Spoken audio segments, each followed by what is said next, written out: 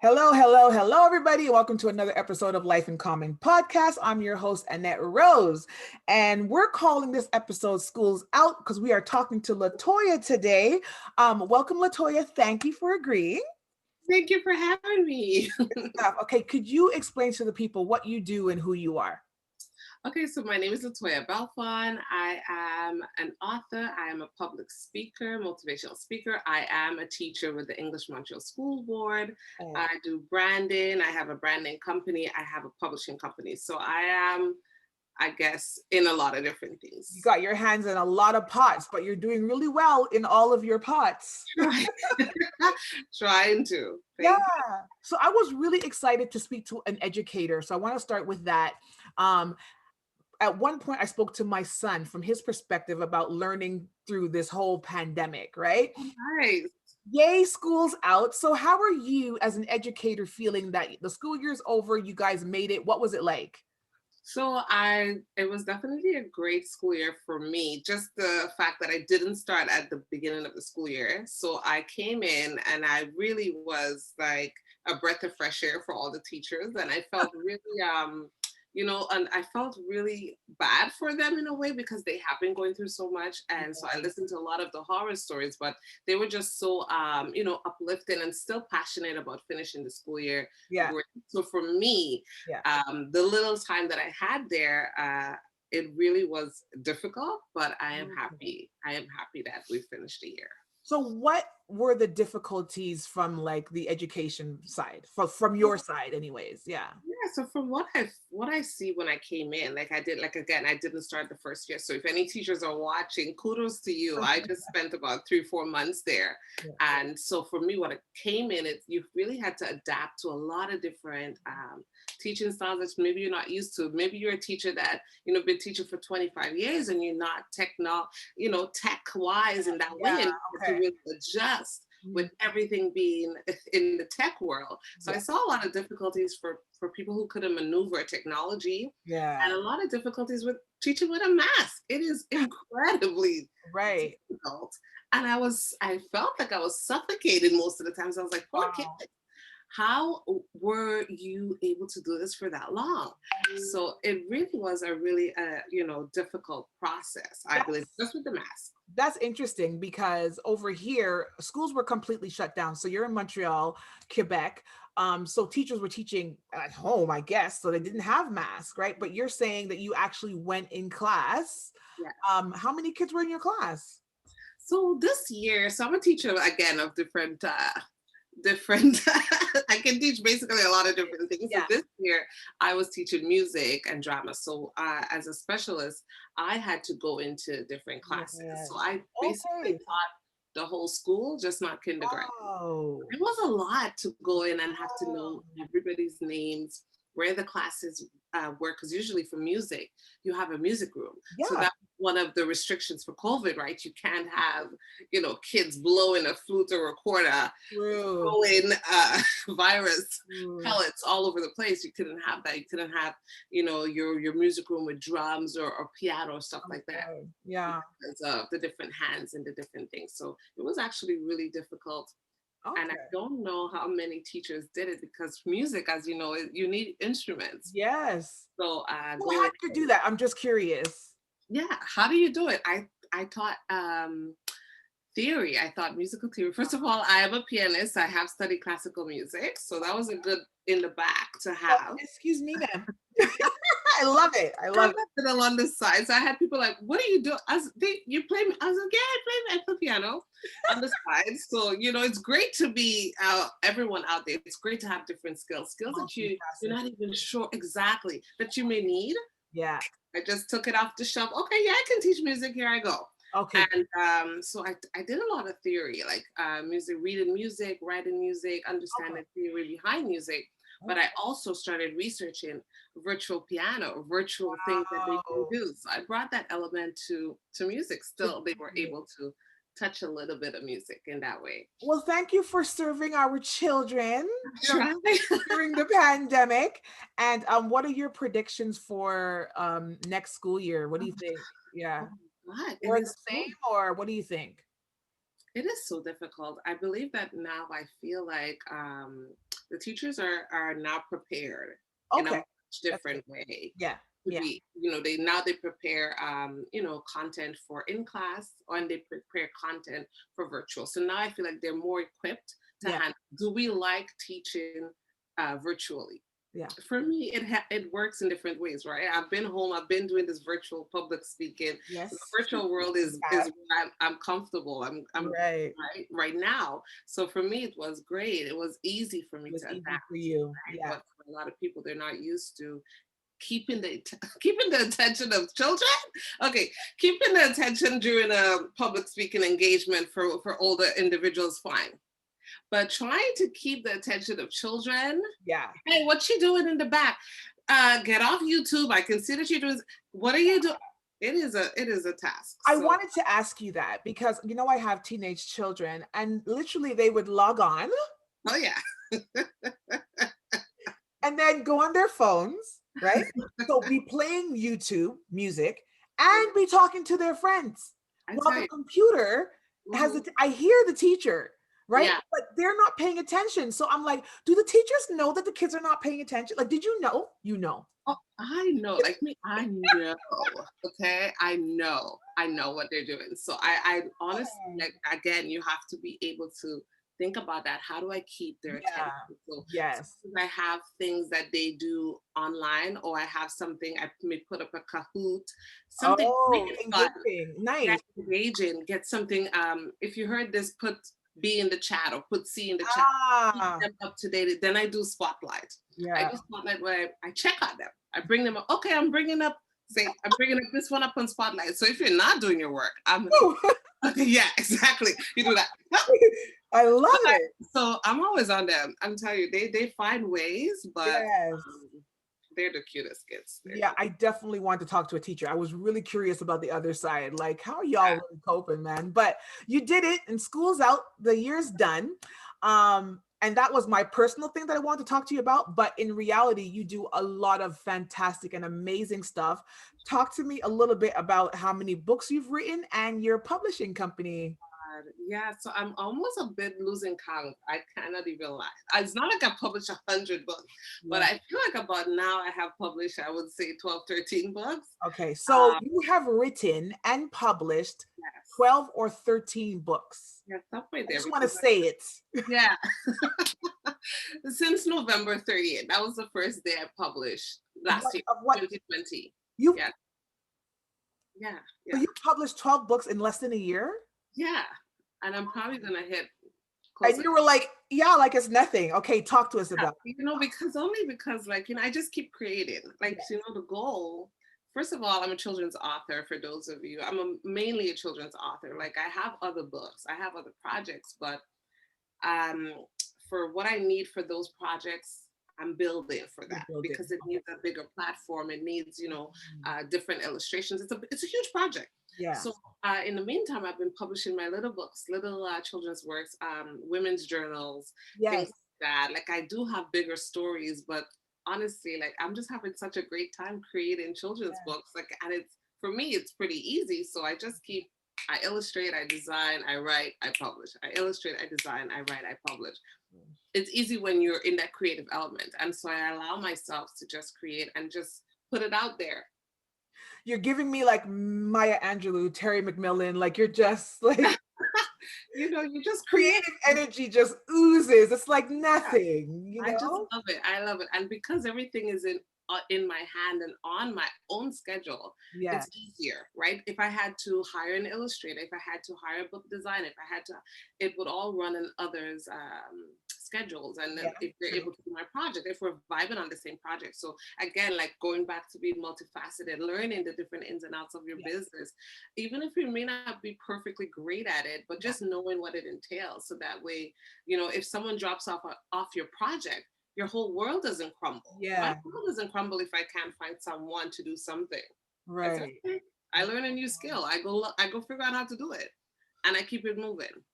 So, Was there any intimidation at all about putting your stuff out there and how it would be received? oh my God, listen. First of all, I think it was Beyonce who said, she's an artist and she's sensitive about her, and she used that word. Yes. As an artist, as a creative, as anybody who creates anything, and you present it to the world, oh my gosh, you're presenting your heart, a piece of yourself. So there's always a sense of vulnerability. There's always a sense of like, I hope that they like it, but it is not determinant on who I am.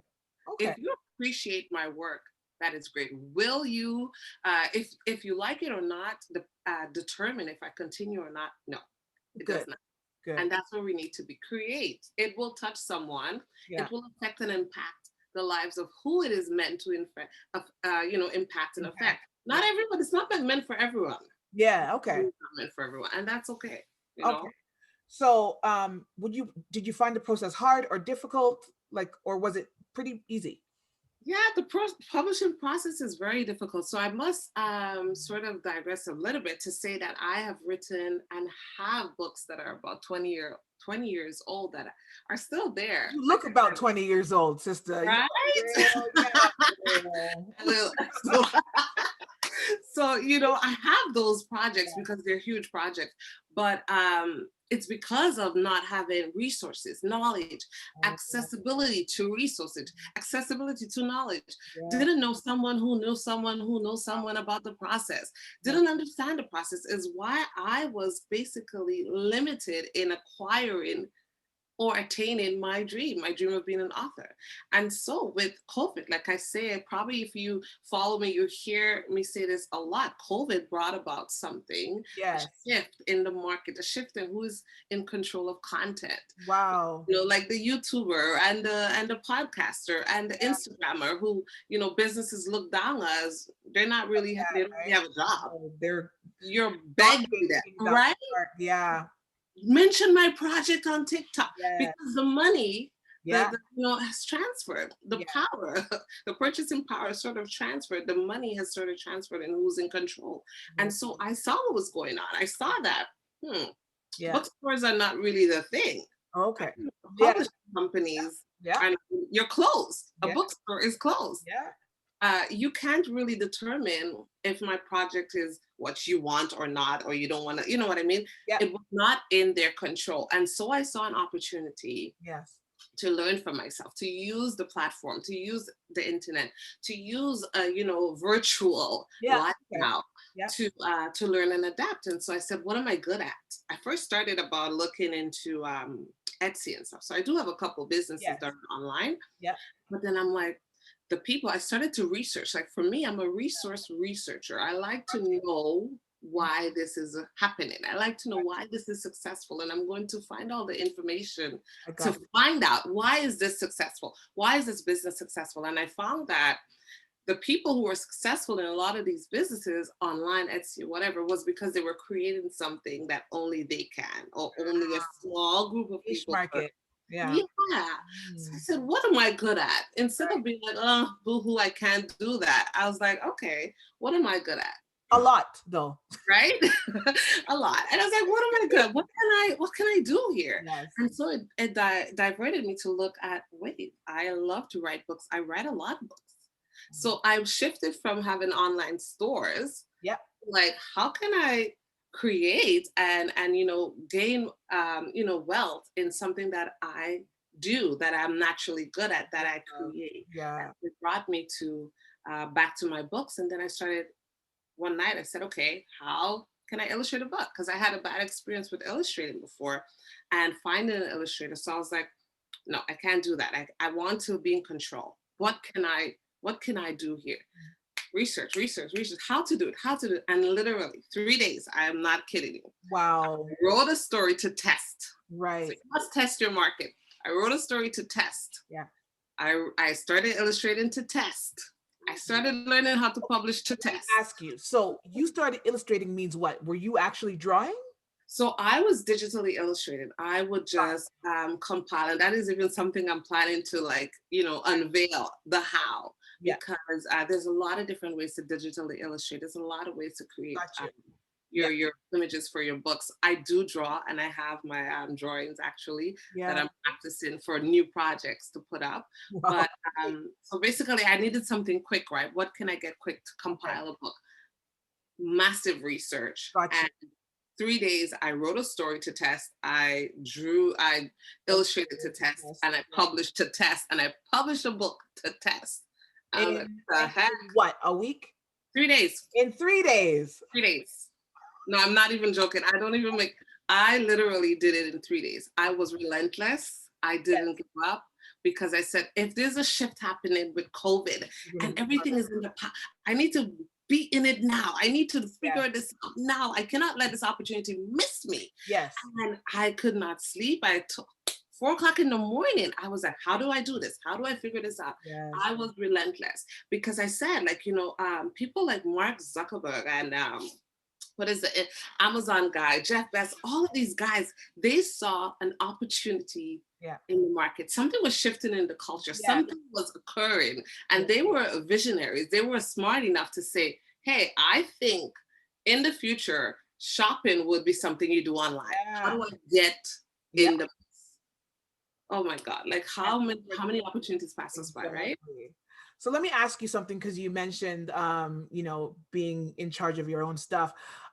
Is being an author lucrative for you? What do you think? Lucrative. Okay, Yeah. so listen, if you are Michelle Obama, Yes. okay, and you write a book, Yeah. it's lucrative. It's raining down on you, right? I feel like you have to be ready for the journey. Okay.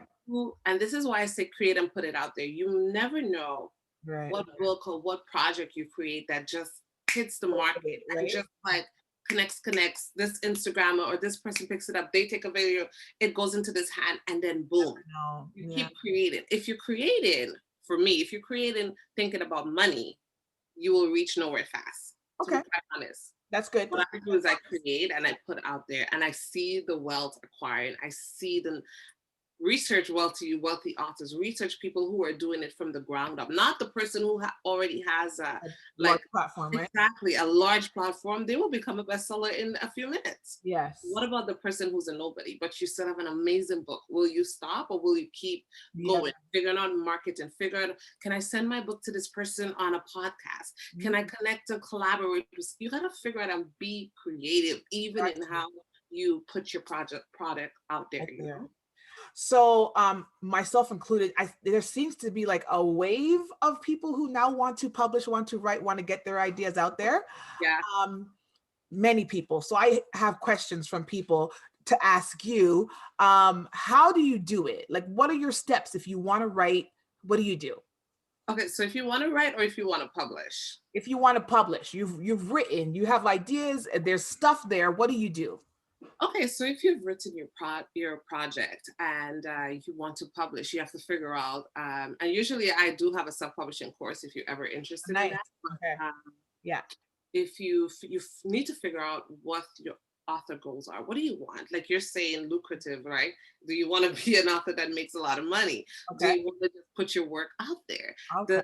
Do you want to, make a living? Do you want this as a side hustle? Once you figure out what you want to do, then you figure out, okay, what's the platform? Okay. And what do I have a budget for? What's my budget? Do I want to self-publish? Because I don't only do self-publishing. I don't only help self-publishing. I also have traditional publishing. I also have hybrid publishing as a part of my company. I took one of your courses, so these words are making sense to me because I heard you say them before. Yeah, and it depends on the project. It's like if you have an autobiography, and you don't have a huge following, it is something that you would probably be best to consider a traditional publishing company or a hybrid publishing company to help, because an autobiography, you have to do it properly. This is your story. This is part of your legacy. You have to be really careful with, how you put that out there. So it's something that you would do really well to yourself if you get help for that. Right. So figuring out which path. Do I want to maintain all my rights? Or do I have money? Do I have money to, Well, I can't let you go without asking that. You say, do I have money? A ballpark for writing a book is what? Like loosely, give me a beginning and an ending.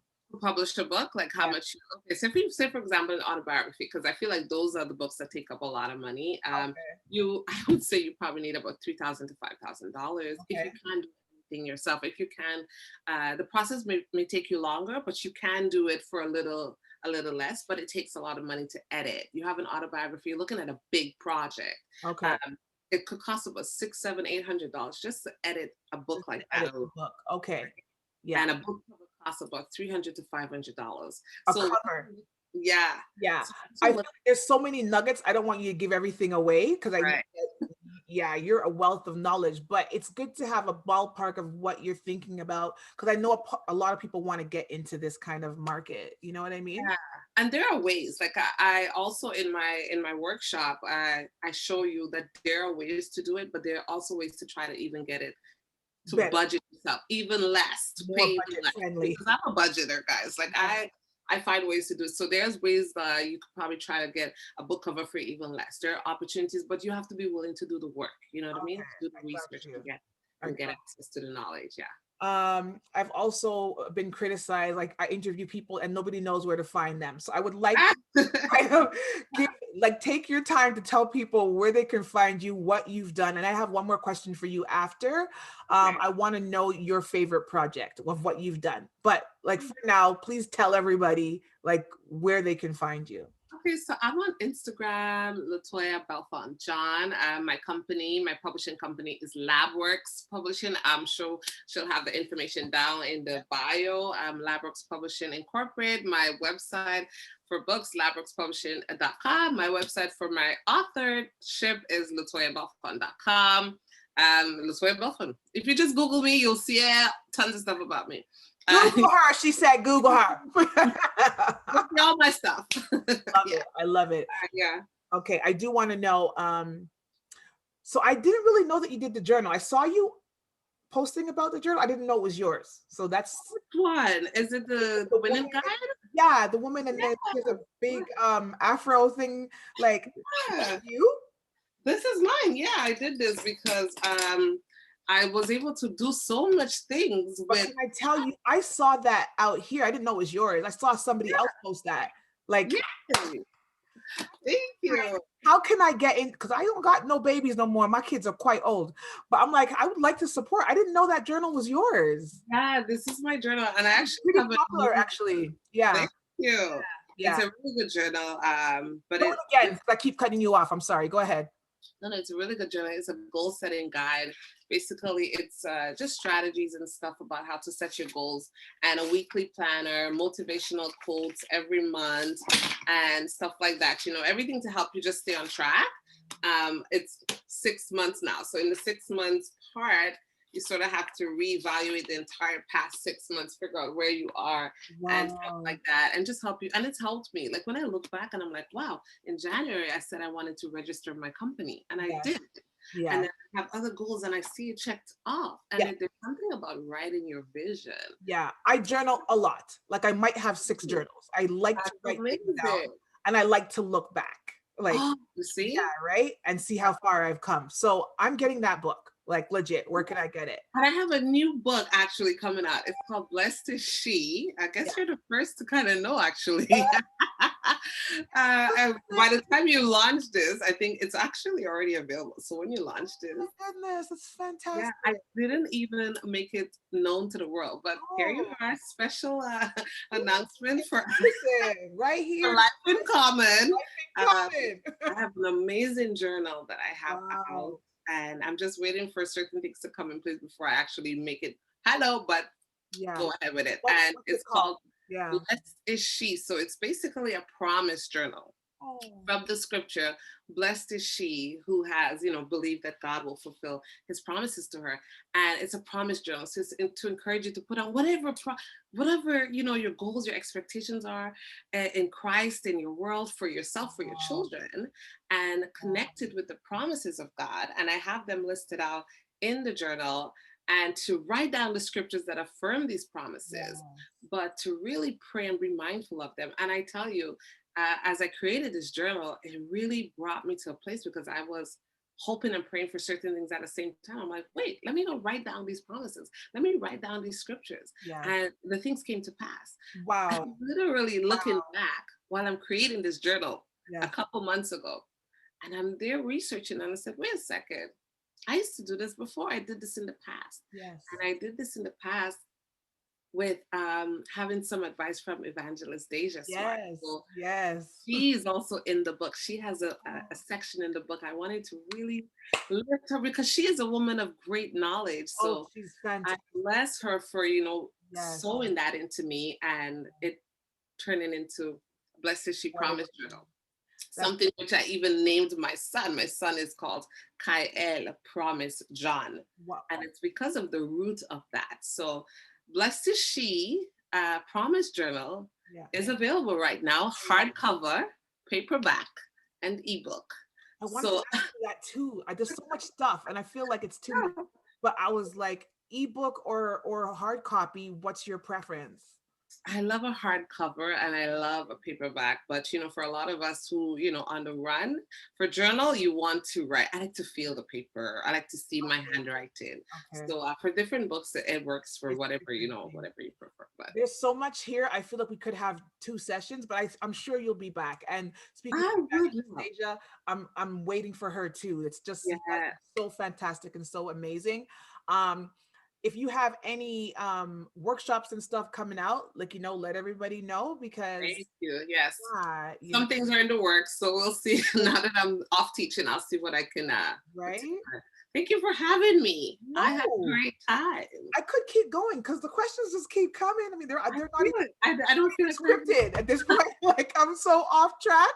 off script like a whole long time. It just kept flowing. So kudos to you. You're doing an amazing job. Thank Really good. So thank you, everybody. This has been Life in Common podcast with Latoya. She said just Google her, but her Instagram is you. Latoya Belfonjat.